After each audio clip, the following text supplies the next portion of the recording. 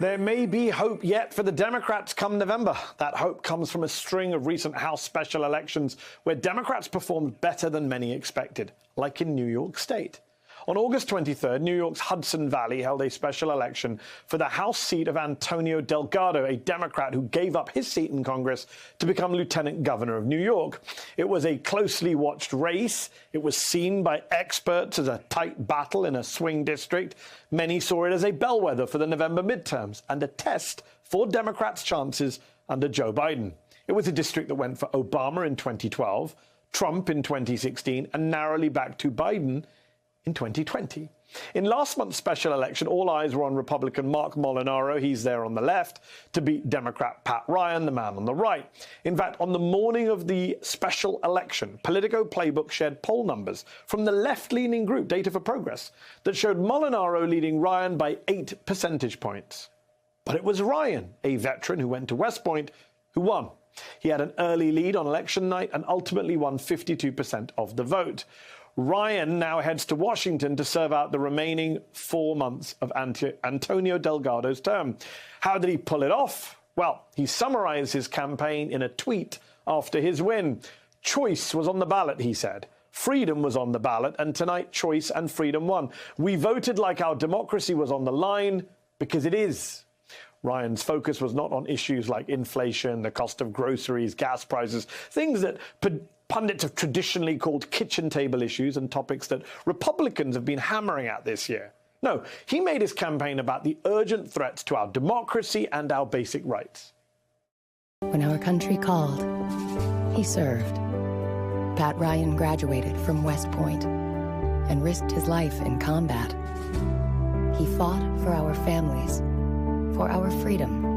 And freedom includes a woman's right to choose. How can we be a free country if the government tries to control women's bodies? That's not the country I fought to defend. I'm Pat Ryan, and I approve this message.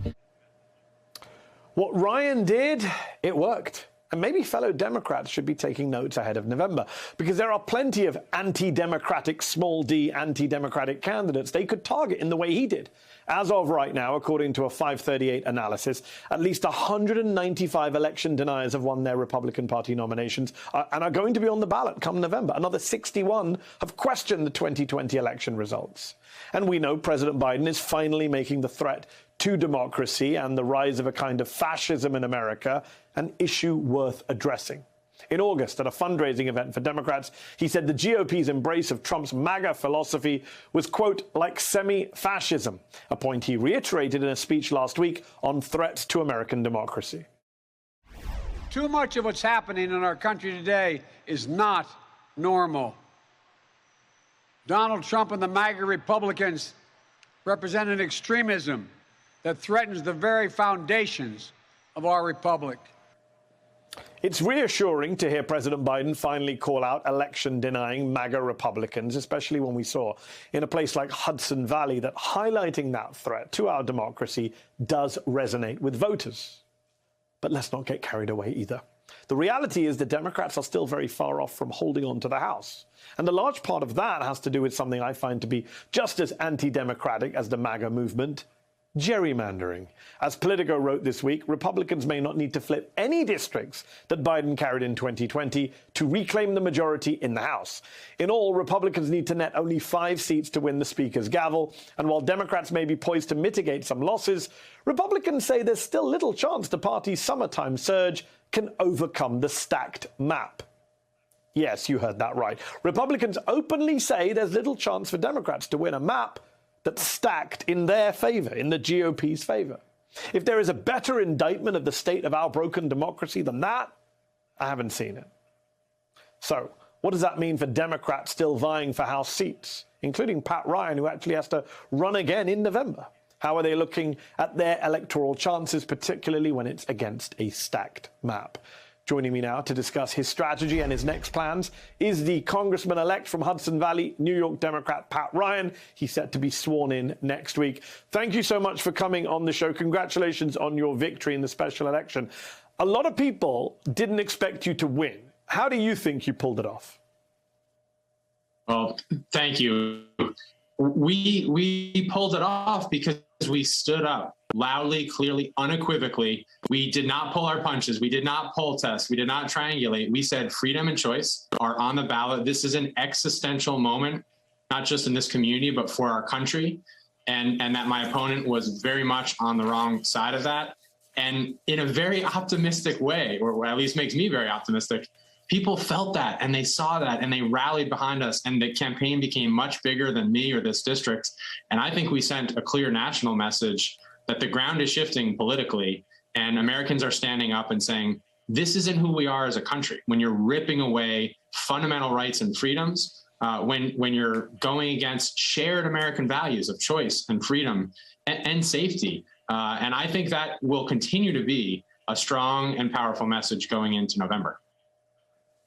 We did not triangulate. That is music to my ears, Congressman-elect. You mentioned the national strategy.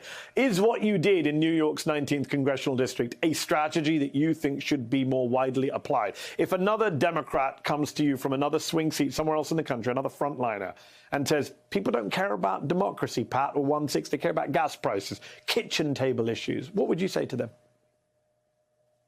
One, I'd say you know your district better than I do, so listen to your gut. I think a lot of this is that we haven't listened to our guts enough and been authentic and been clear about not just issues, but values. When you're on the offensive from a position of taking strong and shared values, it's really hard to lose, and both morally and politically. And I think that's a lot of what we did here, not just on standing up for reproductive freedom.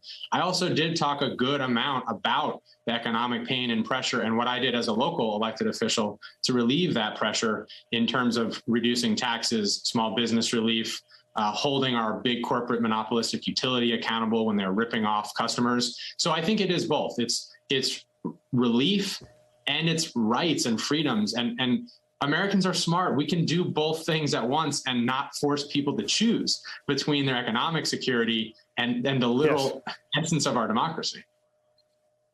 You're now going to be in Congress until January. What is your plan for when you get to D.C.? What are your priorities for the few months that you're going to be there before you have to run for re-election in another seat? I'm still processing and so humbled by the opportunity to serve and to get sworn in next week.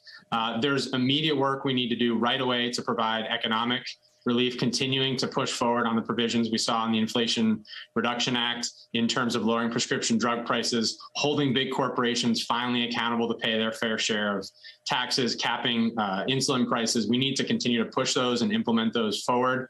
I want to get also right to work delivering tangible projects and infrastructure needs from the bipartisan infrastructure bill here in this district, particularly broadband internet in a very rural area. Our district is the 8th most rural in the country, believe it or not, the 19th.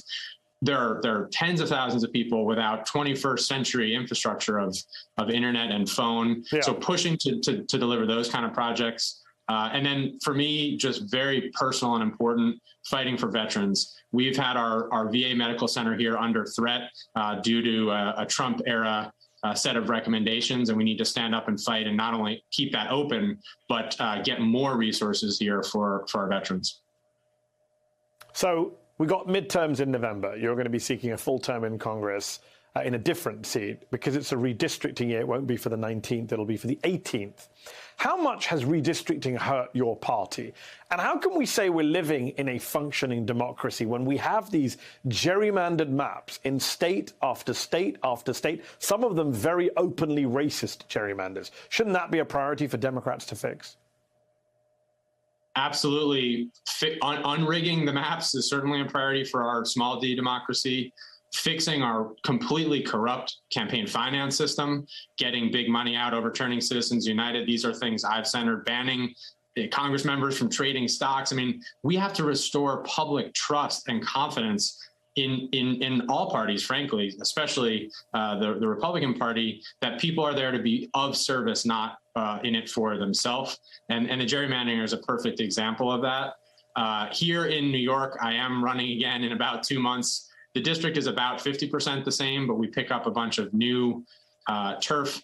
And my opponent in this race, by the way, is one of the members on the graphic you showed earlier, who is an election denier, who has cheered on busloads of insurrection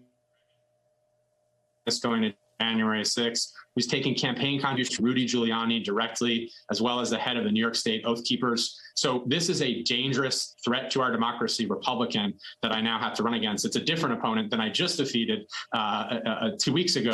So it's a lot of work, but we are all in to fight for our democracy and for our freedom here in this district. So on that note, last question. Last month, Biden used the F word in a fundraising event, fascism or semi-fascism, as he put it, referring to Trump and the MAGA philosophy. I'm curious to hear your thoughts on his speech and his phrasing, because he faced a lot of criticism, not just from Republicans, but members of the media, members of his own party, people like Dick Durbin saying, I'm not sure I like the phrase. How do you walk the tightrope yourself between telling it like it is about the threat to democracy and not writing off tens of millions of Republicans all as fascists? Well, I think this is actually a unifying moment and opportunity in the country, where we remind people of our shared American values, that we believe in small d democracy, we believe in voting rights, we believe in safety from gun violence, we believe in reproductive freedom and access to abortions, and that we actually share that all in common, that so much of the language is meant to divide us and pit us against each other, but that is actually not where the vast majority of American people are at. I give President Biden major credit. It was another key leadership moment for him to stand up and clearly and unequivocally talk about the existential threat to our democracy. It is our duty as patriots, I believe, who believe in this country and our founding values, to stand up and continue to say that in the face of further escalation by the far right. They're not going back down. And so to focus on kind of the optics and lose the forest through the trees is very dangerous, given how fragile of a moment we're at. And I will continue to say that loud and clear, and to anybody and everybody that will listen, because I love this country. I put my life on the line for this country, and I believe in the potential and the promise of it. And that makes it even more important that we stand up and fight for it right now.